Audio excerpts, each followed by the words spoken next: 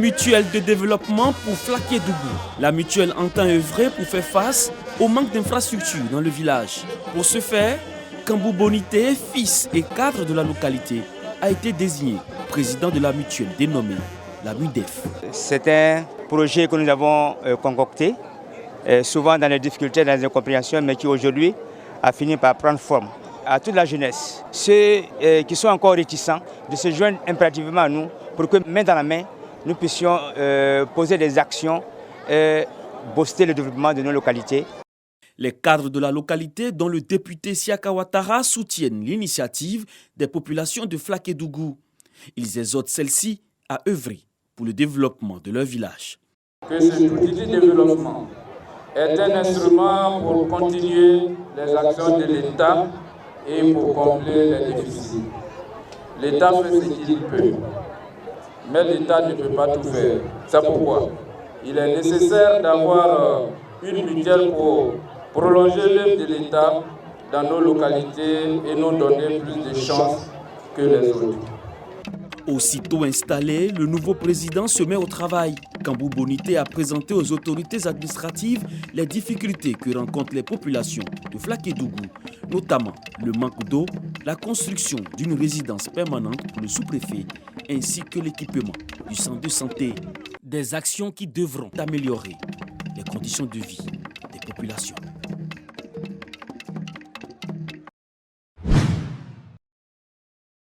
« 95 millions de francs CFA, coût de réalisation des futurs centres de santé et foyers des jeunes de Péret, village du département du Prikoro, région de Lifou.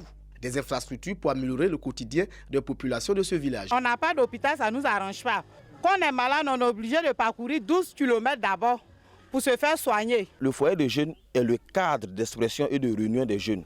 C'est là où les jeunes viennent se retrouver, c'est là où les jeunes viennent parler pour penser au développement. Prévu pour durer 12 mois, les travaux de construction de ces deux projets ont débuté par la pose des premières pierres. Le président de la mutuelle de développement de Péret a traduit la gratitude des populations aux donateurs.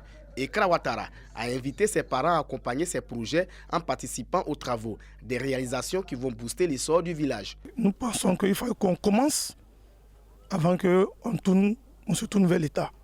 Nous, fils de ce village, nous avons décidé, avec l'union qui fait la force, de développer notre propre village. Kwame Suleiman, principal donateur, inscrit son action dans le prolongement du programme social du gouvernement. Pour lui, les cadres doivent contribuer à leur manière au développement de leur village. Nous sommes à l'ère du développement, tant demandé par le chef d'État. Donc il est important que nous, cadres, commençons à développer notre région. Péret est peuplé de plus de 1500 âmes. Le village est électrifié. Le futur centre de santé va servir aux populations du Péret et à celles des 5 autres villages environnants. Amener les orpailleurs clandestins à se conformer à la loi sur l'exploitation de l'or en Côte d'Ivoire. Comment participer à la protection environnementale et organiser les exploitants artisanaux de l'or. Quelques points inscrits à l'ordre du jour de l'Assemblée générale ordinaire de la coopérative d'entraide de Dabakala. Une coopérative d'exploitation de petites mines qui œuvre pour l'entraide mutuelle et participe au développement local.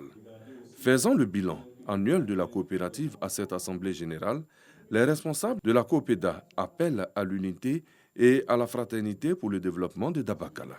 Les orpailleurs sont invités à s'organiser en coopérative pour bénéficier de l'appui de la tutelle. Pour ceux qui n'ont pas encore eu de documents, ce qu'on appelle les orpailleurs clandestins, je demande à ce qu'ils fassent les papiers pour qu'on puisse travailler ensemble. Nous sommes là pour encourager les sociétés qui sont légalement constituées et pour leur dire que le syndicat fera tout pour que le ministère de tutelle, le ministère des Mines et du Pétrole puisse accompagner davantage les sociétés qui sont constituées. Toujours dans leur volonté de participer au développement local et au renforcement de la sécurité, la COPEDA a offert des engins roulants au commissariat de police de Dabakala. Une action saluée par les autorités administratives de la localité. Nous sommes venus pour dire par rapport à ce que nous voyons sur le terrain. Une opération de planting d'arbres a mis fin à l'Assemblée générale de la coopérative d'entraide de Dabakala. La COPEDA est une organisation à but non lucratif à caractère socio-économique. Selon les responsables du CNTS, Centre national de transfusion sanguine, les dons du sang ont connu une baisse de 75% en Côte d'Ivoire. La situation est due à la réticence des donneurs volontaires depuis l'avènement de la crise sanitaire à coronavirus. Mais l'Église adventiste du 7e jour n'est pas restée sourde aux cris de cœur des responsables de cette institution. Une opération don de sang à son actif. Elle vise 100 poches de sang pour venir en aide à certains patients du CHU de Bouaké qui se trouvent dans un besoin de sang. Chaque année, l'Église se réunit à différents endroits de ce territoire pour sa retraite spirituelle. Et cette fois-ci, elle a décidé de donner du sang. La Côte d'Ivoire a connu beaucoup d'accidents cette année. Et donc, ce sera notre contribution à tous les accidentés parce que nous désirons que tous les Ivoiriens se portent très bien. J'ai eu des parents qui en ont eu besoin et j'étais à l'hôpital, j'ai couru de gauche à droite pour chercher du sang et j'en ai trouvé et ça a sauvé mes parents.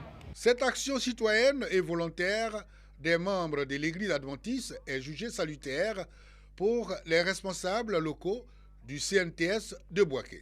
Ils exhortent les populations et autres structures à emboîter le pas aux fidèles chrétiens de l'Église adventiste. Aujourd'hui, la Côte d'Ivoire a un sérieux problème.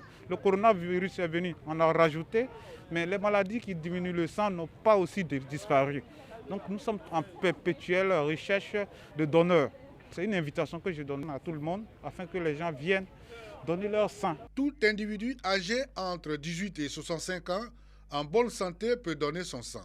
Le don de sang est volontaire et gratuit en Côte d'Ivoire.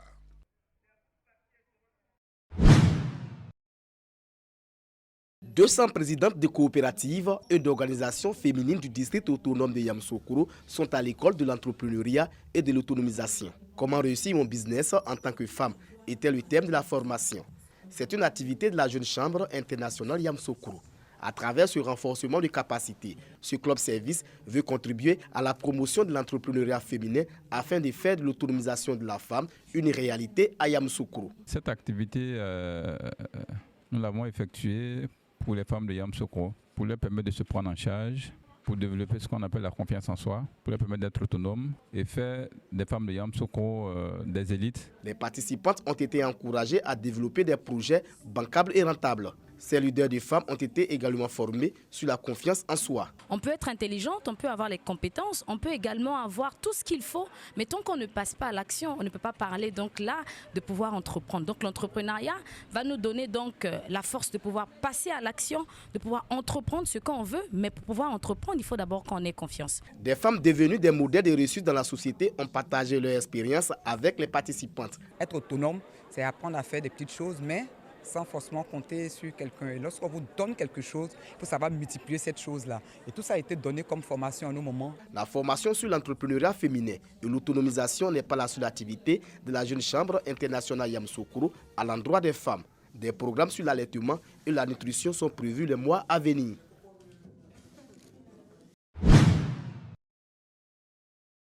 L'unité des peuples, gage de paix, de cohésion sociale et de vivre ensemble. L'Église évangélique Foursquare veut apporter sa contribution à la consolidation de toutes ses valeurs socio-culturelles. Pour joindre l'acte à la parole, elle a initié une fête annuelle valorisant les tenues vestimentaires et attributs des différents peuples vivant en Côte d'Ivoire. À mener chacun à briser les barrières ethniques, les barrières dénominationnelles, voilà, à mener à comprendre que nous sommes tous les mêmes, nous sommes un. Les locaux de la préfecture de région transformés pour la circonstance en un espace mosaïque, ont vibré de chants chrétiens.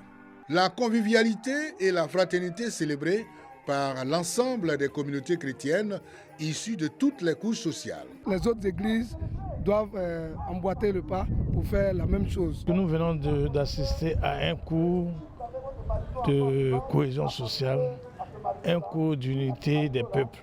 Et je veux que tous les politiques de Bouaké s'en inspirent. C'est toute l'Afrique qui est réunie.